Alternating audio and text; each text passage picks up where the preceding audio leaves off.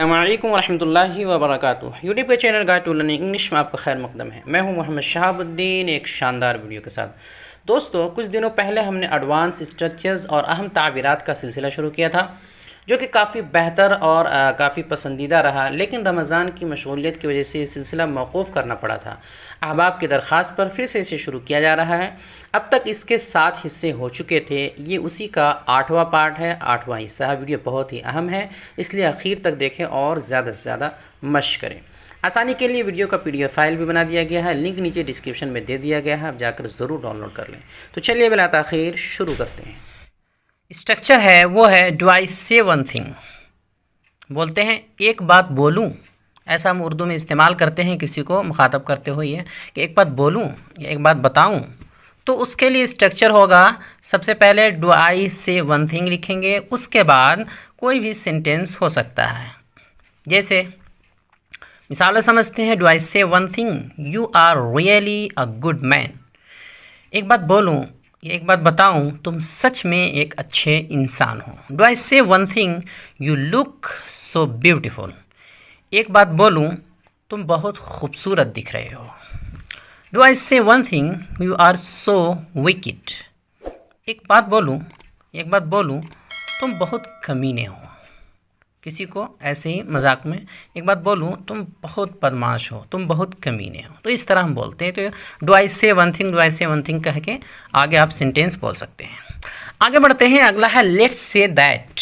चलो मान लेते हैं कि हम उर्दू में इस्तेमाल करते हैं किस चीज़ के बारे में, कि चलो बहुत ज़िद अगर कोई कर रहा है किस चीज़ के बारे में, तो बोलते चलो मान लेते हैं कि ऐसा ऐसा हुआ है। तो उसके लिए एक स्ट्रक्चर है लेट्स से दैट। उसके बाद आगे कोई भी सेंटेंस आ सकता है। जैसे let's say that you work hard. Let's say that you work hard. चलो मान लेते हैं कि तुम बहुत मेहनत करते हो। कोई बहुत ये कर रहा था कि मैं ये करता हूँ वो करता हूँ, बहुत ज़्यादा दिमाग खा रहा था, तो आप कह सकते चलो मान लेते हैं कि तुम बहुत मेहनत करते हैं। ठीक है। अगला सेंटेंस है let's say that he is wrong and you are right. चलो मान लेते हैं कि वो गलत है और तुम ही सही हो। चलो मान लेते हैं कि वो गलत है और तुम सही हो। Let's say that you had come to home. You had come to your home. चलो मान लेते हैं कि तुम घर आए थे। तुम घर आए थे। अगला है let's say that you are telling the truth. Let's say that you are telling the truth. चलो मान लेते हैं कि तुम सच बोल रहे हो। कोई कुछ कह रहा था और आपको यकीन नहीं हो रहा था, बहुत ज़्यादा जिद कर रहा, तो आप बोल देते हैं आखिर में कि चलो मान लेते हैं कि तुम सच बोल रहे हो। ठीक है। तो इस तरह आप लेट्स से दैट के आगे जुमला सेंटेंस इस्तेमाल कर सकते हैं। आगे बढ़ते हैं, अगला है डन इज़ डन। हो गया तो हो गया। इस तरह भी हम इस्तेमाल करते हैं किस चीज़ के बारे में, मिसाल समझ में आ जाएगा। इसका स्ट्रक्चर है कि पहले वर्ब की तीसरी फॉर्म आएगी, फिर इज़ आ जाएगा, उसके बाद फिर वर्ब की तीसरी फॉर्म। दोनों जगह जो है वही जो पहले वर्ब पहले थर्ड फॉर्म है वही आगे भी इस्तेमाल होगा इसके बाद। जैसे डन इज़ डन, हो गया तो हो गया, या कर दिया तो कर दिया। किस चीज़ के बारे में बोलते हैं कि भाई देखो हो गया तो हो गया, यानी कर दिया तो कर दिया, अब कोई आगे पीछे नहीं। इस तरह गॉन इज़ गॉन, चला गया तो चला गया। किसी के बारे में बोलते हैं कि भाई वो चला गया, तो आगे से जवाब आता है कि भाई चला गया तो चला गया, परेशान होने की बात नहीं है। टोल्ड इज़ टोल्ड, कह दिया तो कह दिया। ईटन इज़ ईटन, खा लिया तो खा लिया। अगला स्ट्रक्चर है देन एट लास्ट, तब जाकर। किसी चीज़ के बारे में हम बोलते हैं कि फ़लाँ काम जो है तब जाकर वो जो है ऐसा किया, तब जाकर उसने ऐसा किया वैसा किया। तो इसके लिए स्ट्रक्चर है देन एट लास्ट। उसके बाद एक सेंटेंस आएगा, कोई भी सेंटेंस हो सकता है मौका महल के हिसाब से। जैसे मिसाल समझ लेते हैं, then at last he came to his home. तब जाकर वो अपने घर आया, यानी उसे घर लाने के लिए बहुत मेहनत करनी पड़ी, ये वो बहुत सारा, तब जाकर आखिर में वो अपने घर आया। Then at last he ate the food. तब जाकर उसने खाना खाया। Then at last I called him. तब जाकर मैंने उसे कॉल किया। Then at last he accepted my proposal. Then at last he accepted my proposal. तब जाकर उसने मेरी तजवीज़ कबूल की। बहुत मनाना पड़ा, इसे मान नहीं रहा था, तो ये वो फला बहुत सारे काम करने के बाद तब जाकर उसने मेरी तजवीज़ कबूल की। तो इस तरह इसका इस्तेमाल किया जाता है और कर सकते हैं। आगे बढ़ते हैं, अगला स्ट्रक्चर है व्हाट्स द यूज़ ऑफ, क्या फ़ायदा। ऐसा भी बोलते हैं किसी चीज़ के बारे में कि ऐसा करने का क्या फ़ायदा, वैसा करने का क्या फ़ायदा। आगे इस मिसाल से समझ में आ जाएगा। इसको बनाने के लिए सबसे पहले शुरू में लिखना है व्हाट्स द यूज़ ऑफ, उसके बाद कोई भी आईएनजी फॉर्म आएगा वर्ब की जो चौथी शक्ल होती है, उसके बाद आगे जो दीगर चीज़ है ऑब्जेक्ट वगैरह वो आएगा। जैसे what's the use of life without wife, what's the use of life without wife, शरीक हयात के बिना ज़िंदगी का क्या फ़ायदा, यानी बीवी के बिना ज़िंदगी का क्या फ़ायदा।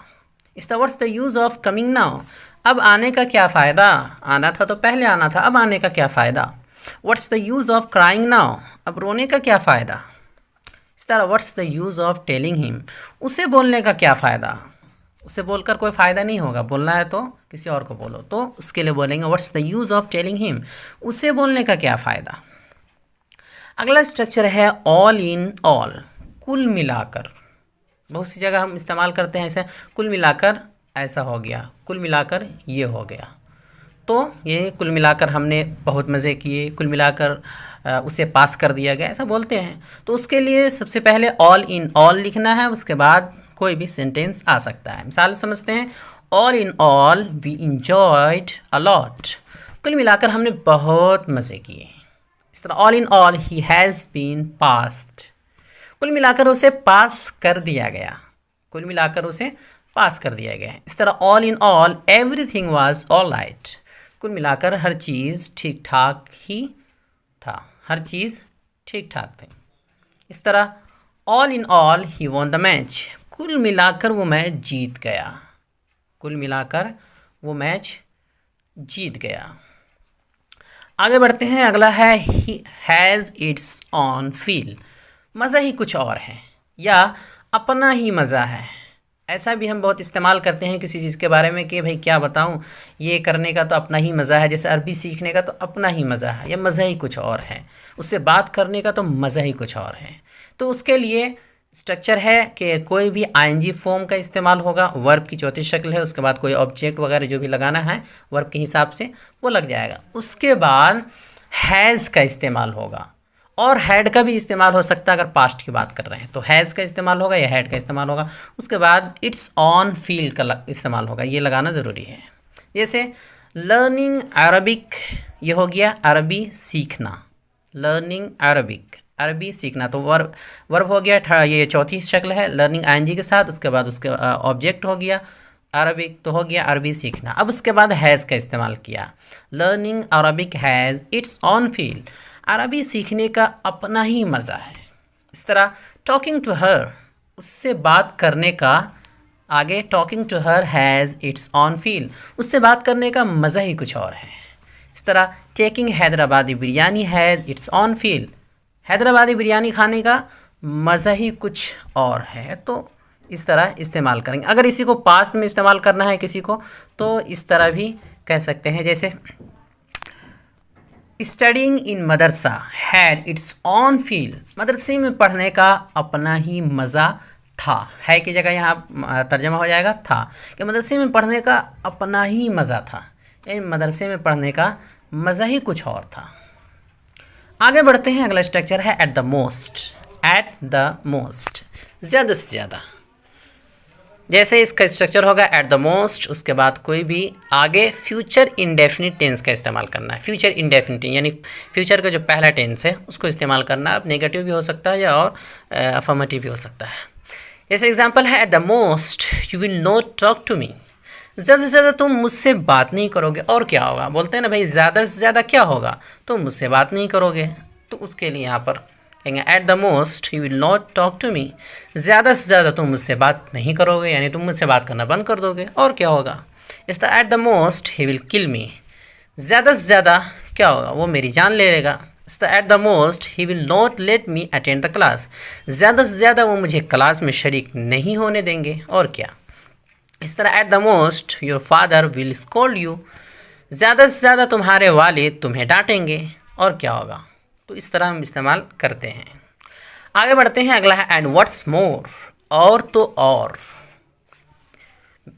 कैसे इसका स्ट्रक्चर है, सेंटेंस, पहले एक सेंटेंस लिखना, कोई भी हो सकता है, उसके बाद बीच में आगे एंड व्हाट्स मोर लिखना है, फिर कोई दूसरा सेंटेंस, यानी 2 सेंटेंस होगा, 2 सेंटेंस के बीच में एंड व्हाट्स मोर आता है। ऐसा हम इस्तेमाल करते हैं उर्दू में, जैसे he is married and what's more he has 3 kids.